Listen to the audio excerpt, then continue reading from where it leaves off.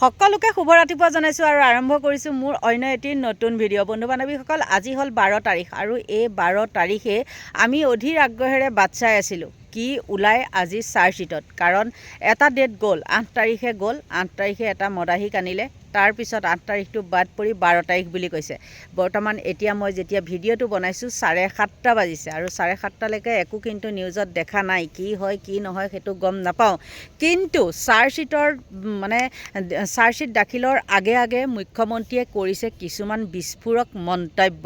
আৰু সেই মন্তব্য চাই আপোনালোকে ভাবিব পাৰেনে যে জুবিন গাৰ্গে ন্যায় পাব বুলি?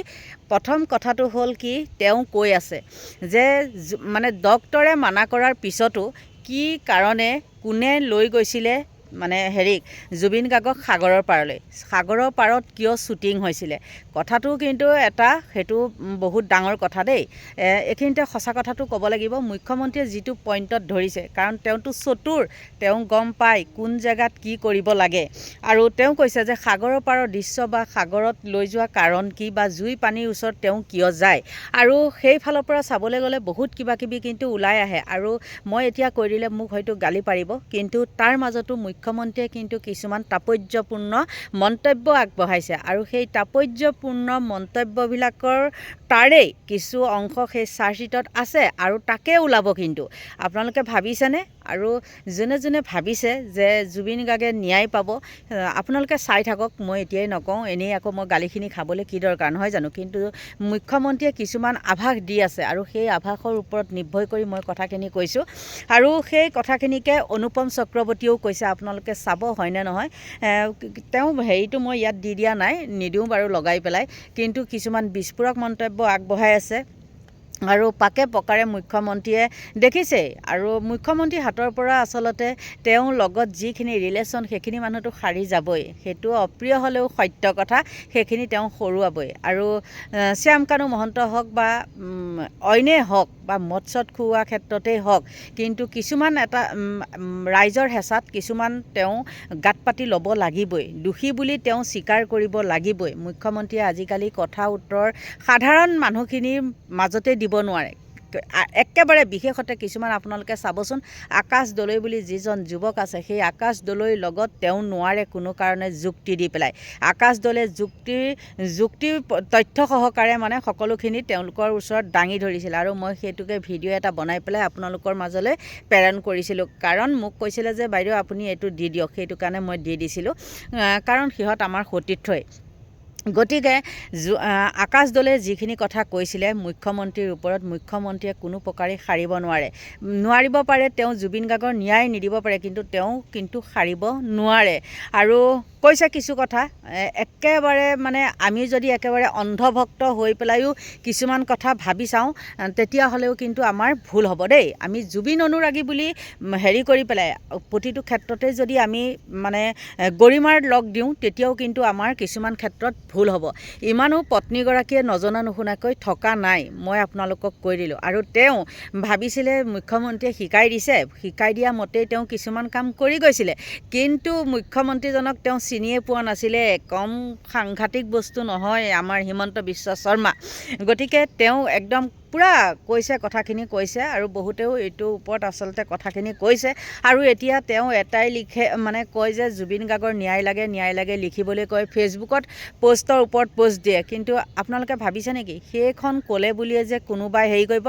আগতকৈ বহুত কমি গ'ল। আজিকালি জুবিন গাৰ্গৰ ভিডিঅ' বনালেও নোচোৱা হৈছে মানুহে, গম পাইছেনে?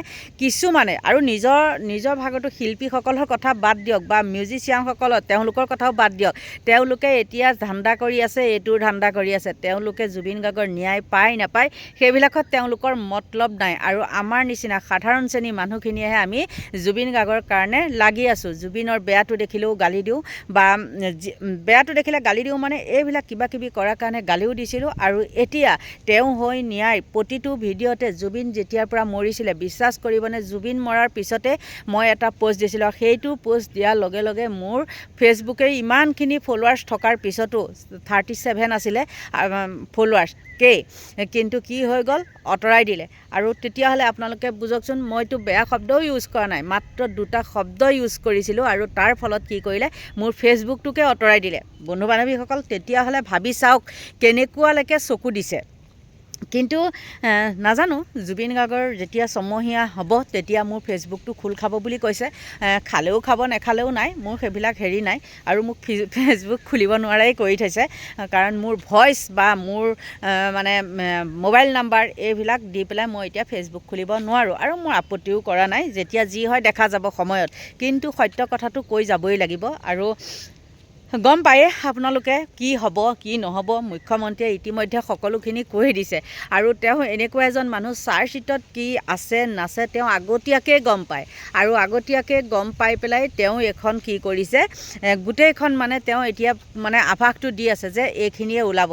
আৰু আপোনালোকে ভাবিছে নেকি যে শ্যামকানু মহন্ত বা সিদ্ধাৰ্থ বা অমিত প্ৰভা বা শেখৰ জ্যোতি কিবা শাস্তি হ'ব বুলি? ইলেকশ্যনলৈকে তেওঁলোক তেনেকৈয়ে থাকিব কিন্তু দেই, সেই জেলৰ ভিতৰতে থাকিব। হয়তো কিছুমানে আকৌ 3 মাহ হোৱাৰ পিছত উলিয়াইও আনিব পাৰে নহয়, তেনেকুৱা কৰিব। কিন্তু ইমানো সহজ নহয়। আৰু সহজ নহয় বুলি আমি ক'লেও নহ'ব। ইয়াৰ ক্ষেত্ৰত কিছুমান মানে কাৰুকাৰ্য দেখি পেলাই আমি ভাবিবলৈ বাধ্য। আন নালাগে, সিদিনাখন এইটো যে জক্কৰটো আহিছিলে, জক্কৰটো আহোঁতেই দেখিছে নহয় কিছুমান কাৰুকাৰ্য। গতিকে আপোনালোকে আশা কৰিব পাৰে নেকি যে এওঁলোকে জুবিনৰ হৈ পেলাই মাত মাতিব? একো নাই, এইবিলাক হ'ল সাংঘাতিক মানুহ। আৰু বিশেষতে কিছুমান মানে এনেকুৱা কাৰুকাৰ্য দেখোঁ, তেওঁলোকক শিল্পী বুলি কয়। আচলতে মই শিল্পী বুলি নকওঁ এইবিলাক গায়ক গায়িকা, পাবত গজা গায়ক গায়িকা। দুদিনমানৰ পিছত তেওঁলোকে জোতাত মদ ঢালি খাব। মই কৈ আছোঁ শুনক, সিদিনাখনো কৈছিলোঁ আৰু আজিও মই কওঁ। কিন্তু এতিয়া প্ৰতিটো মানে হেৰিতে টিভি চোৱা ইমান হেৰি নাই, মোবাইলতে নিউজবিলাক চাই আছোঁ এই মুহূৰ্তলৈকে। কিন্তু কোনো মানে হেৰি চাৰ্জশ্বিটৰ একো হেৰি ওলোৱা নাই। আৰু যদি ওলায়, ধৰক 11-12 বজালৈ কিবা এটা ওলাব পাৰে, তেতিয়া আকৌ মই বেলেগ এটা ভিডিঅ' বনাম। কিন্তু এই মুহূৰ্তলৈকে একো নাই। আৰু চাৰ্জশ্বিটত কি ওলাব সেইটো কৈয়ে আছে। ডক্টৰে মানা কৰা স্বত্তেও মানে তেওঁ গৈছে, এইবিলাক নিজৰ গাতে দুখ দি পেলাই মুখ্যমন্ত্ৰীয়ে থৈ দিব। মানে নিজৰ গাতে দুখ দি পেলাই মানে জুবিনৰ গাতে দুখ দি পেলাই থৈ দিব যে সাগৰত গৈছে, কোনেও তেওঁক টানি আজি লৈ যোৱা নাই। আৰু বিশেষতে তেওঁ এজন প্ৰাপ্তবয়স্ক মানুহ, তেওঁ সৰু ল'ৰা ছোৱালী নহয় ভুলাই পেলাই তাত হেৰি কৰিবলৈ নহয় জানো, সাগৰত পেলাই দিবলৈ। আৰু দেখিছেই থৰক বৰক খোজেই দিব নোৱাৰে। কিন্তু অতিমাত্ৰা এটাত ফচি গৈছে তেওঁলোক, কাৰণ ৰাতিটো শুবলৈ নাই দিয়া। আৰু ৰাতিপুৱাই তেওঁলোক তেনেকেই ইমানেই মদ চদ খাই পেলাই তেওঁ খোজেই দিব নোৱাৰে। আৰু খোজে দিব নোৱাৰে, লাইফ জেকেট পিন্ধা নাই। আচলতে পিন্ধাই এজনে দিছিলেও, ডাঙৰ হ'ল, আকৌ খুলিও পেলাইছে, আপোনালোকে দেখিছে। কিন্তু কি ক'ব এতিয়া? আৰু সেইবিলাক গোটেইখিনি তথ্য তাত দাখিল কৰা হৈছে, বা সেই হেৰিখনত চাৰ্জশ্বিটত সেইবিলাকো দিব। দিয়াৰ পিছত কি হ'ব জানেনে? আলুগুটি কচুগুটি কৰি থৈ দিব। আৰু আমাৰ অসমীয়াৰ এনেও কথাই সাৰ, কথাই বৰ্বৰ, তাৰ বাদে একো নাই দেই। মাৰোৱাৰী খাটা, বঙালীৰ মাথা, মাৰোৱাৰী খাটা আৰু অসমীয়াৰ কথা। গতিকে অসমীয়াই কথাহে ক'ব, তাৰ বাদে একো কৰিব নোৱাৰে। সেইকাৰণে আলুগুটি আৰু কচুগুটি হৈ থাকিব। বিশেষ আৰু একো ক'বলগীয়া নাই। চাৰ্জশ্বিটলৈ আমি অধীৰ আগ্ৰহেৰে বাট চাব লাগিব।